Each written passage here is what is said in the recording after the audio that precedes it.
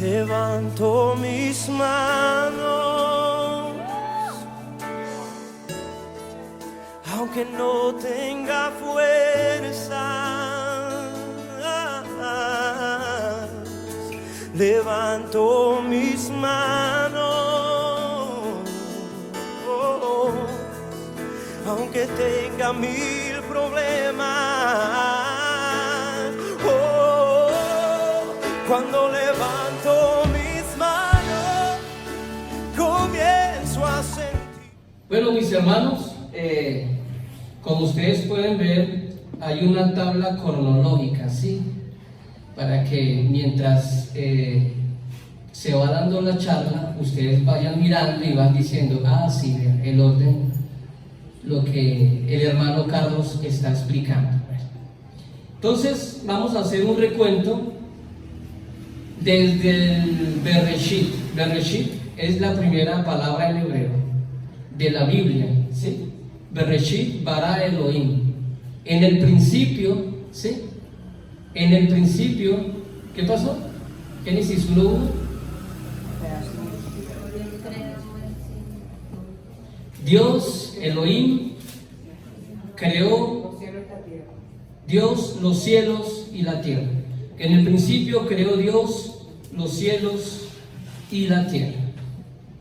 Desde el principio, mis amados, ha habido un creador que siempre, Él es el que edifica, ¿sí? Hay una casa de Dios. Desde el principio Dios creó la casa de Dios. Dios creó los cielos, de los cielos, de los cielos, para Él habitar, ¿en dónde? En ellos, ¿sí? También creó seres espirituales para que lo rodearan, ángeles, querubines, serafines, ¿sí? También creó Dios, después de haber creado el tercer cielo, la vida espiritual, comenzó a formar el segundo cielo y después el primer cielo, donde estamos ubicados nosotros como la tierra. La palabra edificar la encontramos por primera vez en la Biblia, recordamos Génesis capítulo 11, cuando en la torre de Babel comenzaron a edificar un edificio muy grande. ¿Para qué? Para retar a Dios. ¿Quién fue el administrador de este edificio? Si ustedes pueden ver donde hay una X, ¿sí? ¿Qué dice el nombre? Nimrod. Nunca se les olvide este nombre, el primer poderoso de la tierra luego del diluvio. Es triste saber y es triste entender que los tres hijos de Noé, ¿sí? Cam, Jafet y Sem, ¿sí? Y sus esposas, en este caso 3 esposas, y la esposa de Noé, 4 varones, 4 hembras, fueron los que Dios les permitió salir ¿de qué? Del diluvio, ¿sí? Ellos vieron lo que Dios era capaz de hacer. A ellos les tocó mirar la capacidad de la ira de Dios. Dios acabó con toda alma viviente que existía en ese entonces, ¿sí? Y ellos fueron sobrevivientes de esa gran catástrofe. Ahora, es triste que en la 4ª generación de Noé, Nimrod, ¿sí? Que era uno de sus nietos, ya, digamos, no quería seguir al Dios de Israel, porque no quería seguir la instrucción de Dios. Él había dejado de ser monoteísta. Mono significa uno y teo de Dios, para ser politeísta, ¿sí? Varios dioses. Comenzó a inclinarse hacia los dioses de las otras naciones. En ese entonces existían los dioses egipcios, los dioses de Babilonia, los dioses de Mesopotamia, los dioses de la antigüedad, dioses en minúscula, los Bene Elohim, los hijos de Dios en minúscula. Entonces este hombre quería construir un edificio, ¿sí? Que llegara ¿hacia dónde? Hacia el cielo. Tremendo. Después de esto, vemos que él no quiso edificar de verdad con los mandamientos de Dios. Él fue el primer desobediente después del diluvio. Y de ahí en adelante toda una generación. Él fue uno de los fundadores de Babel, ¿sí? Babel. Y de Babel viene Babilonia o Ur de los Caldeos, donde habitaba el primer patriarca Abraham, ¿sí? Él viene de este lugar. Entonces, Dios no promete destruir más la tierra con agua y coloca una señal en el arco, en los cielos, en las nubes, que era el arco iris, ¿sí? Y cada vez que Dios viera esa señal, Él iba a parar su ira, se iba a recordar del pacto que había hecho con Noé, ¿sí? Y esta era la señal del pacto que Dios hizo con Noé. Eso lo encontramos desde Génesis capítulo 9 en adelante. Ok. Después hubo otra señal con Abraham, la señal de la circuncisión. Vamos a ver que Dios cada vez que, digamos, tiene una relación, en este caso con los patriarcas, ¿sí? Siempre había mandamientos y luego Él dejaba una señal. La señal de la antigüedad del pacto de Noé era el arco iris, ahora la señal con Abraham, que era la circuncisión. Esto lo podemos encontrar en Génesis 17, estoy haciendo un recuento, ¿sí? No solamente para Abraham, para toda la descendencia de Abraham, ¿sí? Todos tenían que ser circuncisos al 8º día después de haber ¿qué? Nacido. A los 99 años se circuncidó Abraham, él mismo se circuncidó. Y luego el mismo día llevó a Ismael, que era su primogénito, y a los 13 años lo circuncidó. En el mismo día, como acabé de decir. Y tenía Abraham 100 años cuando nació su hijo Isaac. Y fue circuncidado al 8º día. Este sí fue el primer circuncidado, exactamente al 8º día, ¿sí? Como Dios le había dicho a Abraham, conforme a sus palabras y las instrucciones de la ley de Dios. Ok. Al ver Dios la falta de sabiduría, destruyó la comunicación dividiendo el hebreo arcaico. ¿A qué me estoy refiriendo yo? Génesis capítulo 11.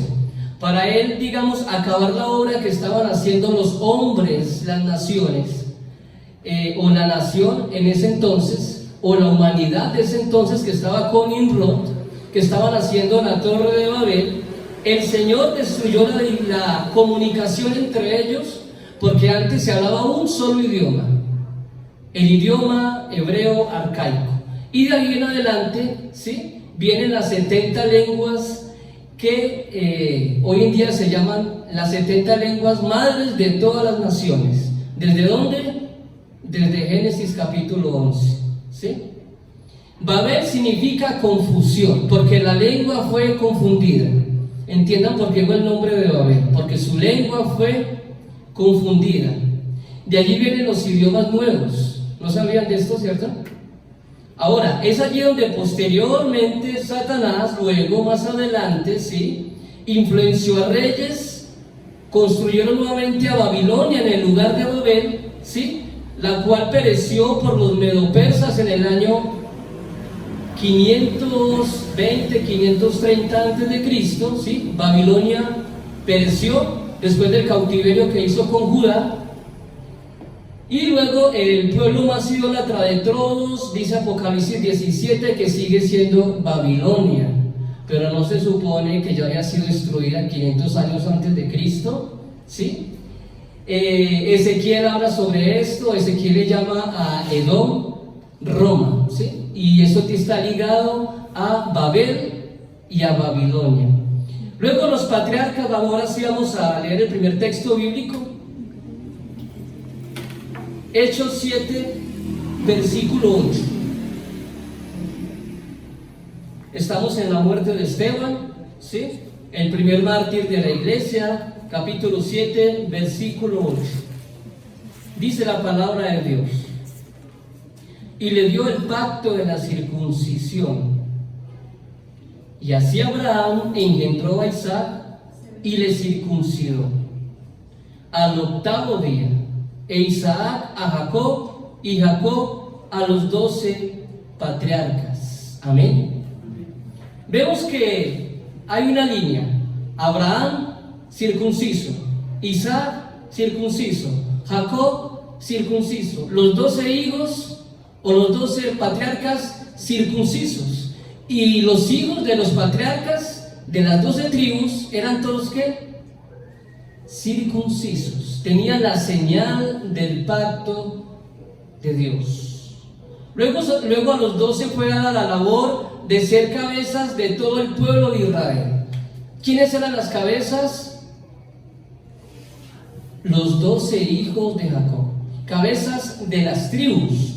¿Y qué es ser cabeza de una tribu? Es ser líder, ¿sí? Es ser maestro, es ser, como dice la conferencia de hoy, ser pilares para verificar sus pueblos, así como lo fueron los patriarcas, que eran los encargados de vigilar, de cuidar sus familias, ¿sí?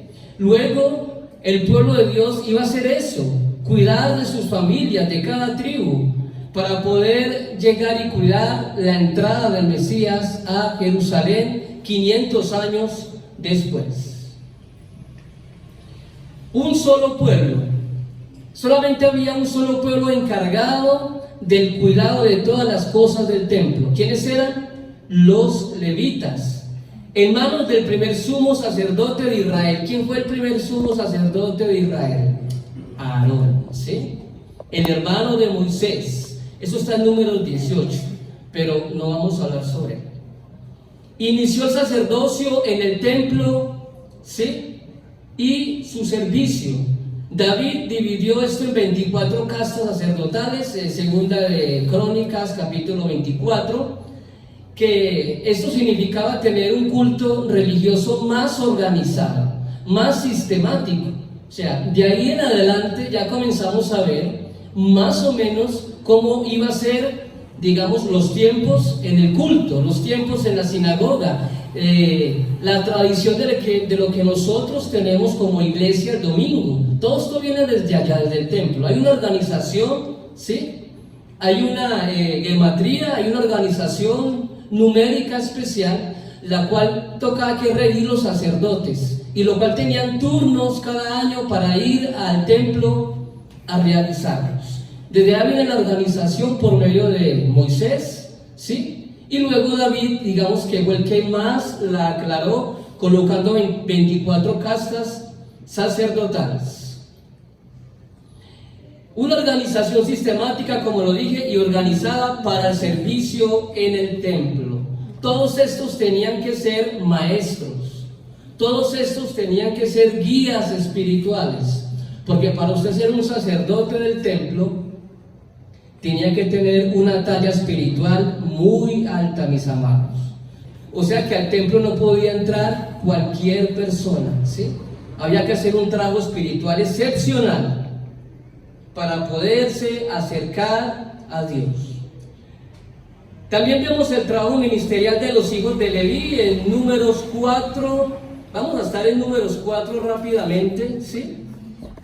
Vamos a ver los hijos de Leví, porque ellos fueron los que quedaron a cargo del servicio sistemático del culto. Números capítulo 4. Del versículo 2 al versículo 15, el encargado fue Leví. Y del 16 al 20, el encargado fue Eleazar. Del versículo 22 al 28, el encargado Gerson y Itamar, del 28 al versículo 33. Y termina el capítulo diciendo que Merarí, otro de los hijos de Aarón, desde el 29 hasta el 33. Como lo dije, el pecado de Nadab y Abiú, estos eran los nombres de los primeros hijos de Aarón. Eso lo encontramos en Levítico capítulo 10. Pusieron fuego extraño que Jehová nunca mandó en el templo, y murieron al instante porque les consumió el fuego. Salió fuego desde el tabernáculo. Ahora, estos tenían que administrar en el templo, y la administración en el templo era algo muy delicado. Se tenían que preparar y santificar para hacerlo. En el servicio al Señor no podemos ocultar lo que somos, hermanos. Ya mirándolo en un contexto contemporáneo para nosotros, vamos a hacer exégesis, ¿sí? Vamos a mirar todo lo que hemos visto hasta ahora. Bueno, ¿y para qué nos sirve, digamos, entender cómo era la organización antigua de Israel en el templo? Hermanos, es muy delicado servir en el templo también en este momento, porque nuestro Dios es el mismo ayer, hoy y siempre. Ahí en Hechos capítulo 5 ustedes ven que Dios también liquidó, ya estando en el nuevo pacto, ¿liquidó a quién? Ananías y Zafira, ¿sí? De esta misma manera, mis amados, los que nos paramos especialmente aquí a enseñar delante de ustedes, el nivel que Dios nos pide espiritual acá es un nivel alto, mis amados, ¿sí?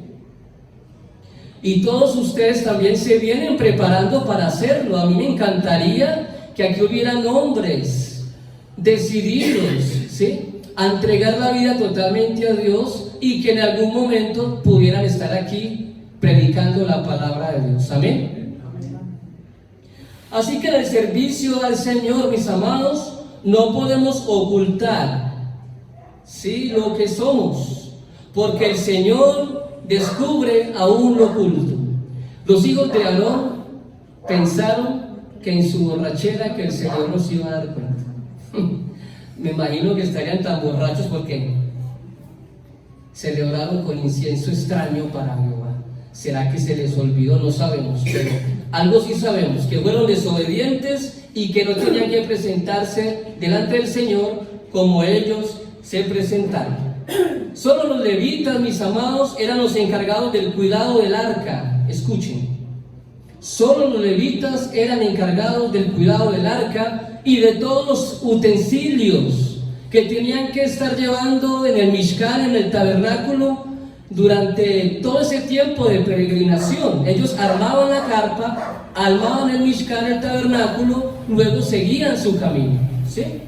Los encargados de coger las cosas santas o los materiales santos eran solamente ¿quiénes? Los levitas. Los levitas fueron tomados para el servicio de Dios en lugar de los primogénitos. Números capítulo 3, versículo 12. Dice la palabra de Dios: He aquí yo he tomado a los levitas de entre los hijos de Israel en lugar de todos los primogénitos. Los primeros nacidos entre los hijos de Israel serán pues míos los levitas. Leamos el que sí. Porque mío es todo primogénito desde el día en que yo hice morir a todos los primogénitos en la tierra de Egipto. Santifiqué para mí a todos los primogénitos en Israel, así de hombres como de animales, míos serán yo Jehová. Mis amados, resulta que desde que el pueblo de Dios celebró la primer Pascua, cuando ellos salieron al anochecer, ¿sí?, muy rápido les tocó salir. Por eso el pan era sin levadura también. Los primogénitos, ustedes saben, ¿sí?, que de todos los egipcios cayeron, y los primogénitos de todos los animales. Por eso a ellos les tocó celebrar la Pascua, el corderito, y con la sangre rociada ¿sobre qué? Sobre sus puertas iban a ser protegidos del ángel de Jehová. De esta misma manera, mis amados, el pueblo de Israel tenía que seguir celebrando cada año la Pascua, ¿sí? Era una celebración que tenían que hacerla cada año. Ahora, la regla de los primogénitos continuó. De Jehová seguía siendo todos los primogénitos de Israel, de las 12 tribus. Todo que era primogénito seguía siendo ¿de quién? De Jehová. Pero también vemos de que los únicos encargados eran los levitas de participar y de estar y de trabajar en el templo. Ahora, aquí en este capítulo se hicieron contar a todos los primogénitos varones de todas las 12 tribus. Aquí dice que fueron 22.273. Y ahora Jehová le pide a Moisés que los plasmara con levitas, o sea, los tenían que reemplazar con levitas, buscar levitas y reemplazarlos a ellos. Y los que hicieran restando, aquí dicen que en esta época restaron 273.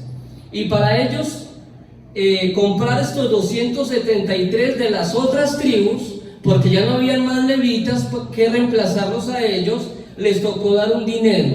Esto se le llama el rescate de los primogénitos. Esto está en el versículo 47 del capítulo 3. Dice la palabra de Dios: tomarás 5 ciclos por cabeza, conforme al ciclo del santuario los tomarás. El ciclo tiene 20 gueras. ¿Y cuál fue el total que recolectaron por estos 273 primogénitos de las 12 tribus? Ahí en el versículo 50 dice que fueron 1375 ciclos, los cuales fueron llevados a Moisés, y él Moisés dio el dinero de los rescates a Aarón a sus hijos. O sea que ya había dinero desde la antigüedad. Yo no sé, hermanos, no sé si no conocen la historia muchos predicadores, la historia de Israel, que cometen el error y decir que solamente se ofrendaba en especias, en primicias. Aquí hay una ofrenda, ¿para qué? Para rescatar el primogénito, y eran ciclos literales de dinero, ¿sí? Y también vemos, digamos, la ofrenda de la viuda, que también eran ciclos de dinero, o lo que dicen hoy en día en Israel, un shekel, ¿sí? Entonces siempre existió el dinero en Israel. En ese contexto de pronto eran monedas de oro, pero que siempre existió. Hermanos, a los hijos del pacto abrahámico es Dios el que los instruyó. Al principio, desde el Génesis, el que instruía era ¿quién? Dios. Dios instruyó a Adán y Eva. Amén. Dios instruyó, luego después de que pecaron, los sigue instruyendo. ¿Sí? Aún que perdieron la Shekinah, la gloria de Dios, por eso se vieron desnudos Adán y Eva. Pero más sin embargo Dios no se olvidó de ellos y los seguía instruyendo. Después de esto, Dios por medio de los patriarcas comenzó y siguió a instruir a su pueblo. Luego de los patriarcas, ¿quiénes fueron? Los sacerdotes, instruyendo nuevamente al pueblo al arrepentimiento. Fue Dios el que los guió, los liberó y dio promesas para todo aquel que se dejara guiar. Esta es la tarea del padre hacia el hijo: guiar a sus hijos. ¿Para qué? Para que se dejen guiar. De profesor, alumno, de maestro, de obra a sus ayudantes. La misma historia de la edificación, la misma historia de estar alguien enseñando algo, enseñando una doctrina, enseñando un evangelio. Desde un principio Israel fue un pueblo de sacerdotes, un pueblo seleccionado, un pueblo escogido, un pueblo separado para ser la luz de las naciones. Ahora en Cristo, mis amados, ¿qué debemos de edificar primero? Hay una piedra angular que está en el edificio de Cristo. Bueno, Él es la piedra angular. Sobre esa roca y esa piedra angular les voy a dictar una historia que dice los midrash, ¿sí?, de los judíos y los rabinos, de que donde está el monte del santo templo, ¿sí?, el monte Moriah, donde se ubicaba el arca de Dios, exactamente debajo del arca estaba la piedra angular, la primer piedra que Dios puso sobre la tierra. En este caso fue la primer piedra, fue la piedra donde Abraham fue a sacrificar ¿a quién? Si ven toda la historia de donde tiene que ir el templo, de donde tiene que ir el arca, y el arca tenía que ir exactamente ubicada en ese lugar. A este monte se le ha llamado el monte de la obediencia, el monte del pacto, donde se construyó el arca de Jehová. Vamos a leer ahora sí 1 Corintios capítulo 3, versículos 10 y 11. Dice la palabra de Dios: conforme a la gracia de Dios que me ha sido dada, yo como perito arquitecto puse el fundamento y otro edifica encima, pero cada uno mire cómo sobre edifica. 11. Porque nadie puede poner otro fundamento que el que está puesto, ¿El cual es quién? Jesucristo. 12.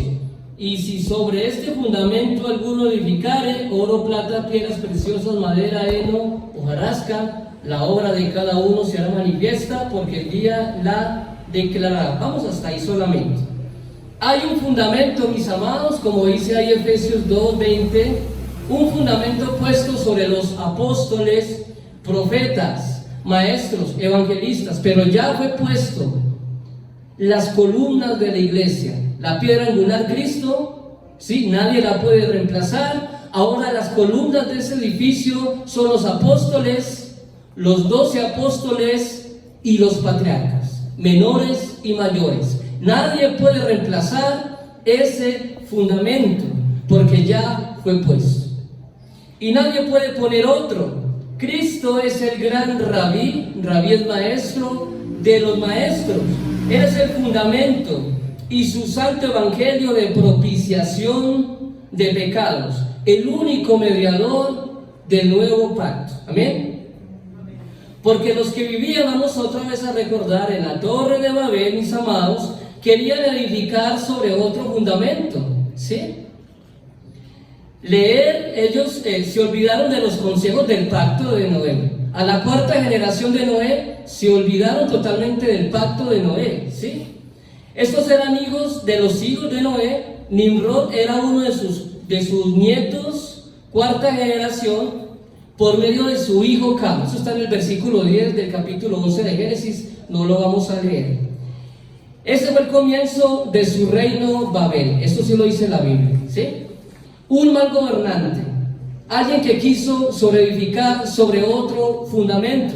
Este fue un mal guía, un mal maestro, un mal rebelde, un mal maestro. Un mal maestro destruye la vida de los que le escuchan, ¿sí? Si usted tiene un mal maestro, no sé, puede ser en una área, digamos, en una universidad, en un colegio, esos maestros que son relajados, que no le enseñan nada a nadie, sino que dejan que los muchachos hagan lo que quieran, si que los hay. Usted va a aprender de un maestro de estos, o va a aprender de un maestro que es un poquito, digamos, sigiloso, que los pone a trabajar, que les revisa las tareas, ¿cierto? ¿De quién va a aprender usted? ¿Del buen maestro o de un mal maestro? Amén. Flavio Josefo, que fue un historiador del primer siglo, un historiador judío, de los más destacados, no era creyente, ¿sí? Era un judío, escribe sobre Nimrod estas palabras. Él era nieto de Cam, hijo de Noé, era un hombre atrevido, quería su propia gloria y que no se le diera a Dios la gloria. ¿Se le suena algo parecido al rey de Babilonia? Isaías 14, Ezequiel 28, la misma historia, ¿sí? La torre fue este desafío en contra del verdadero Dios. ¿Ellos para qué hicieron la torre? Para desafiar a Dios. Imagínense, ¿sí? Para pagar su popularidad, porque en ese entonces, digamos, el pueblo semita o la generación de Sem tenían un solo Dios. Y ese un solo Dios, ¿quién era?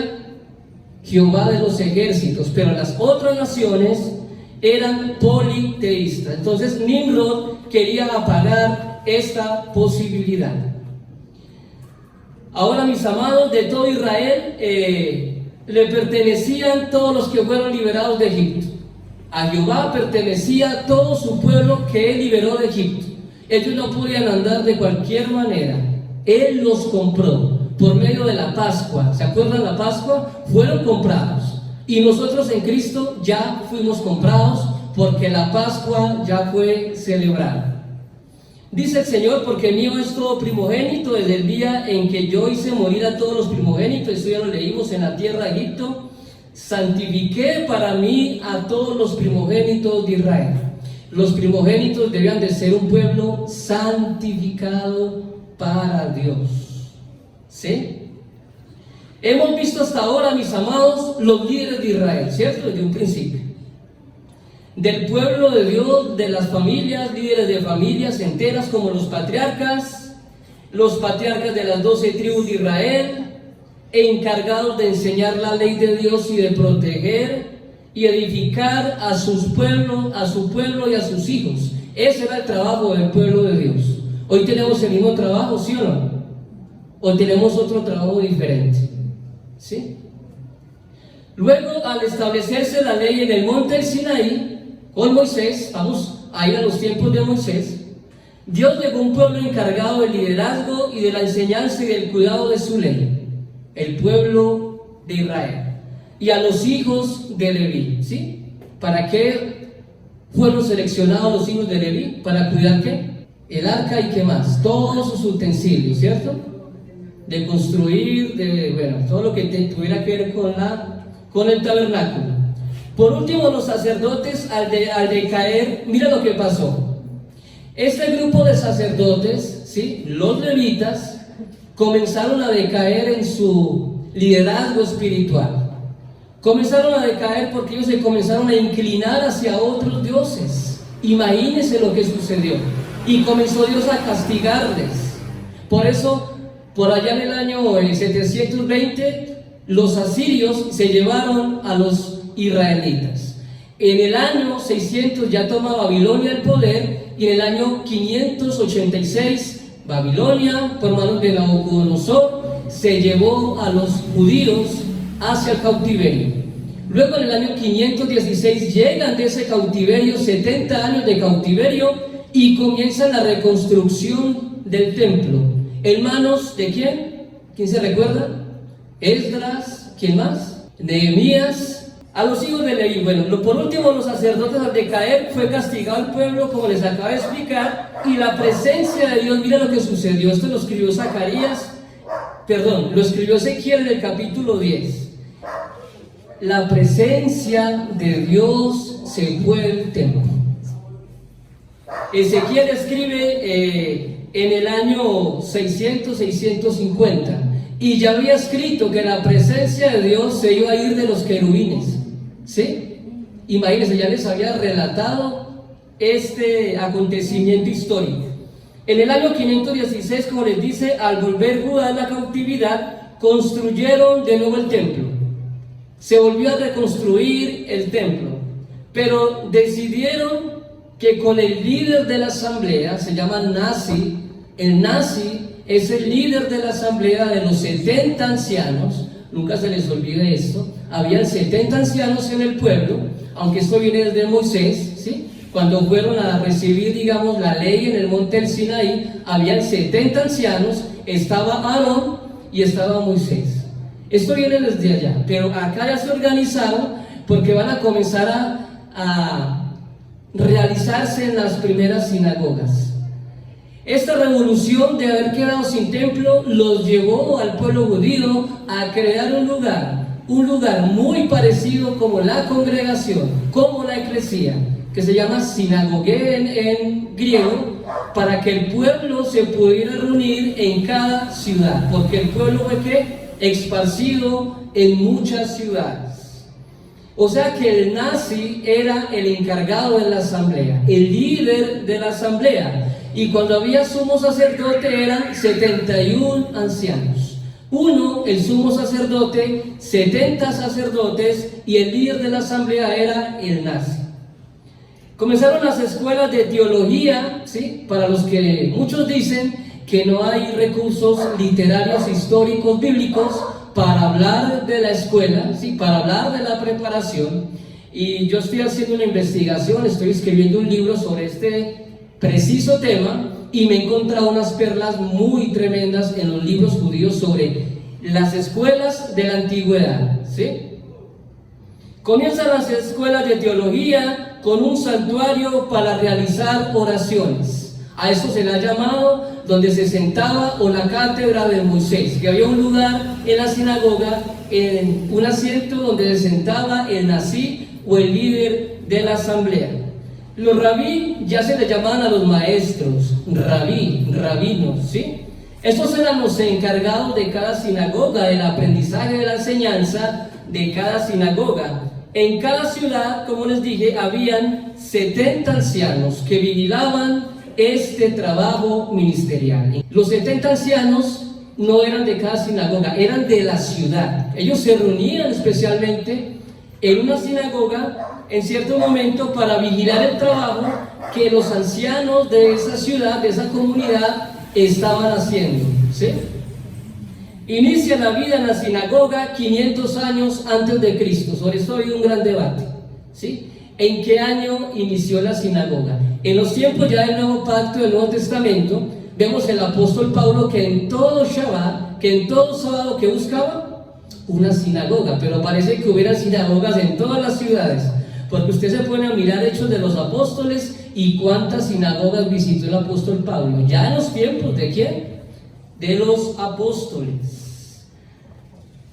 Sinagogue significa casa de la asamblea, casa de la asamblea. De aquí proviene el nombre eclesía o iglesia. Hermoso saber de dónde viene la palabra iglesia, eclesía, de la misma palabra que sinagoga.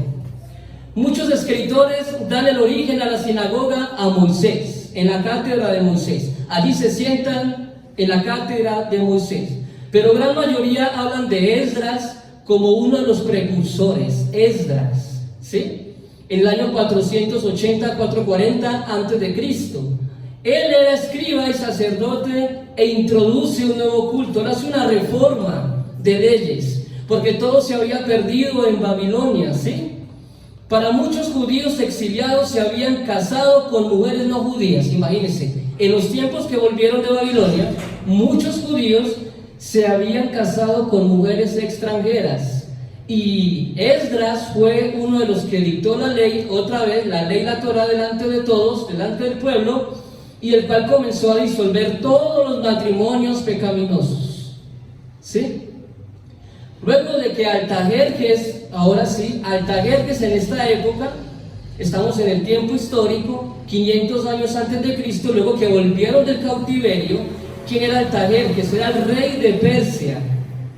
Él envió a Nehemías, un noble judío, para construir de nuevo las murallas del templo. ¿Quién fue el que llevó a Nehemías otra vez a Jerusalén? Artajerjes, que fue tocado por Dios en su corazón. Esdras se disponía a leer la ley de Moisés en la asamblea, se reunió en esa época, llamó a la asamblea de los ancianos. ¿Cuántos son? 70 ancianos y un sumo sacerdote, ¿sí? Levitas, que juraron en pacto en mantener esta ley y de separarse de los pueblos paganos.